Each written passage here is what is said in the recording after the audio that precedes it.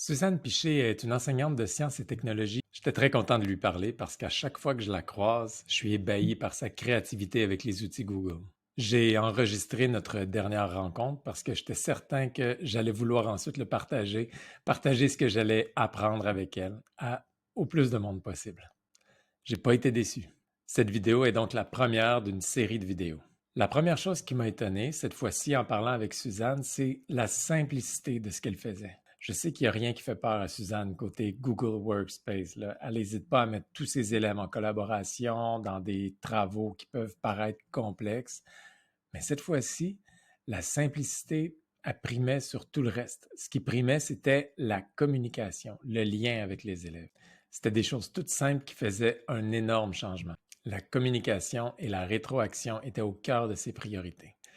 Mais allons pas trop vite. Pour que la communication fonctionne en classe, il faut établir des ponts. Et il faut que ces ponts soient clairs pour tout le monde. Et pour établir ces ponts-là, un des trucs, c'est d'envoyer des travaux très simples qui sont dépourvus de charges émotives, des choses de début d'année qu'on envoie aux élèves. L'idée, c'est qu'il n'y ait aucun objectif de performance, mais que les élèves apprennent à utiliser les outils, puis apprennent aussi les modalités qu'on va utiliser avec eux, la manière de rendre les travaux, comment ça fonctionne dans notre classe. OK, fait que tu faisais une espèce de. Tu lançais des petites tâches qui n'étaient pas une tâche à long terme, là, où on fait Exact, quelque chose sur 2 semaines, juste pour faire ça rapidement, puis comme ça, on crée la communication. C'est exact, comme exact. on trace le sillon, puis après ça va être Oui, super facile. exact. Ah, c'est Exactement bon. ça. Puis je l'ai fait malgré moi en progression. Je sais pas comment dire ça, mais ils ont appris. Tu sais, comme je te dis, on a fait des petites tâches, puis plus je faisais des trucs, je me disais, ah, non, c'est là, je peux aller avec ça. Ah, c'est là, je peux aller avec ça. Hey, regarde, on est rendu. Eh ben, et ça marche. Ça marche, tu sais, comme c'est hot, là. Tu sais, comme, C'est c'est vraiment vraiment le fun. progressif. Attendons, j'ai envie de le réentendre, ce bout-là. Et ça marche.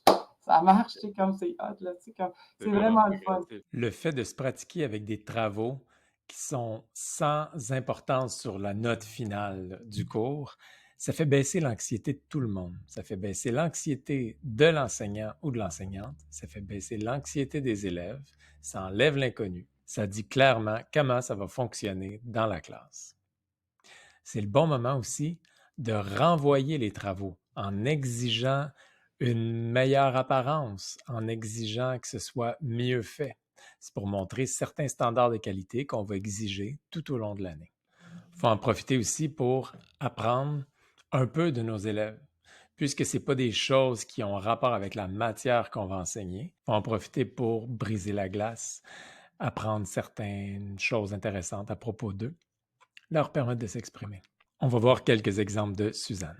On va dire juste envoyer un travail par capture d'écran. Quelque chose qu'ils ont fait en classe, capture Ouais. d'écran, je veux-tu me le rendre en commentaire privé, peu importe. Là, c'était pour la communication encore. Puis après ça, on va refaire la même chose, mais là, la capture d'écran, ça va être avec ton appareil personnel. À la maison, ton cell, peut-être comment on va le faire. Il faut que tu sois capable, là, c'est ton défi de trouver toi, comment tu vas le faire en capture d'écran, que tu vas le mettre sur ton Classroom correctement, que moi j'ai accès. Fait que moi, je te donne un truc, je veux que ce soit sur ton Drive, par exemple. Fait que j'en parle, tu vas t'assurer d'avoir ton drive ouvert sur ton site, ton code de la commission scolaire. À ce temps, il y a des nouvelles façons avec Classroom, puis c'est eux autres qui m'ont dit, madame, on a juste à cliquer avec le plus sur Classroom, puis on va prendre Ouais. la photo, puis ça marche. Ah, OK, je n'étais pas au courant, mais c'est encore plus facile. Je trouve ça intéressant. On a affaire à une prof vraiment expérimentée qui apprend encore des choses de ses élèves. Un élève a trouvé une manière plus simple de rendre les travaux. Eh bien, on évolue avec l'application. C'est parfait. On en profite. Ouais. Et là, ils doivent le trouver avec leur appareil. Fait qu'il y en a qui, ça ne marche pas. Il y en a qui vont dire, madame, moi, ça n'a pas fonctionné à mon ordi à la maison. Qu'est-ce que je fais? Ils vont m'écrire. Fait que le lendemain, on se voit, ben, regarde, je ne sais pas ton ordi, comment il marche, il fonctionne, compte-moi ça. Puis là, ils me disent quelque chose. Là, je dis, gars, on peut utiliser cette app-là, par exemple. Va essayer, va le mettre, puis tu me diras si ça marche. Fait que, on se donne le temps Ouais. de se trouver les moyens d'utiliser nos appareils aussi, parce que c'est ça le but, comme c'est pas d'utiliser juste le Chrome. Le Chrome, c'est un aspect. Ouais. Nos appareils, c'est un autre aspect, mais pour faire une job, pour faire comme outil de travail. Là, tu vois, ma semaine zéro, c'était comme faire connaissance. Ils faisaient leur ménage de classroom. Je voulais rendre les choses utiles. Fait qu'ils me rendaient des captures d'écran du ménage pour aller enlever des trucs qu'ils n'avaient plus besoin.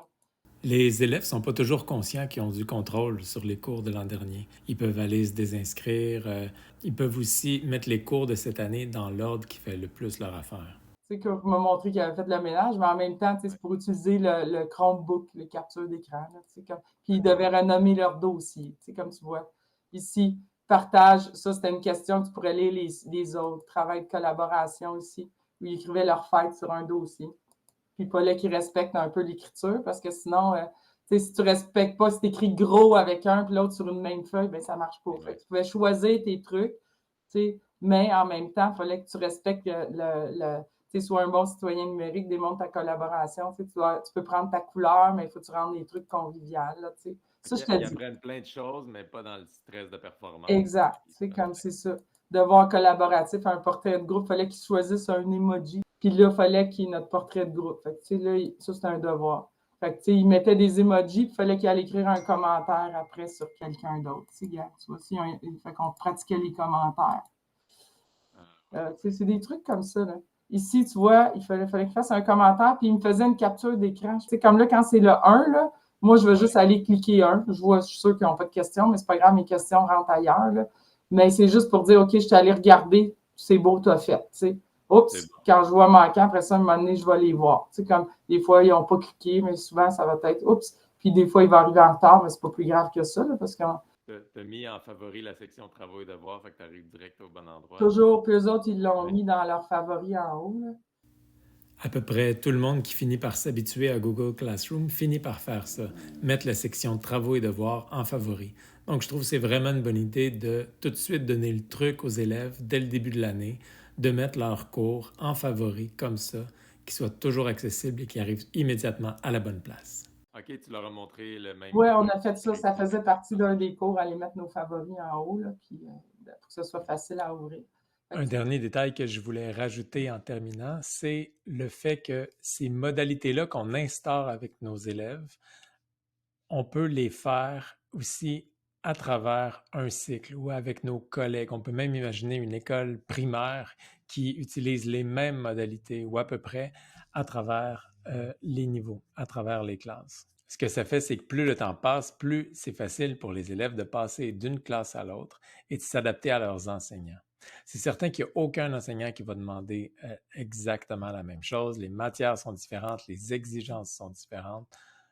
Les profs ont toujours été différents les uns des autres, mais si sur certains aspects techniques, les choses peuvent se ressembler, si tous les élèves savent comment faire et si tous les profs exigent sensiblement la même chose, ça vient faciliter la vie de tout le monde.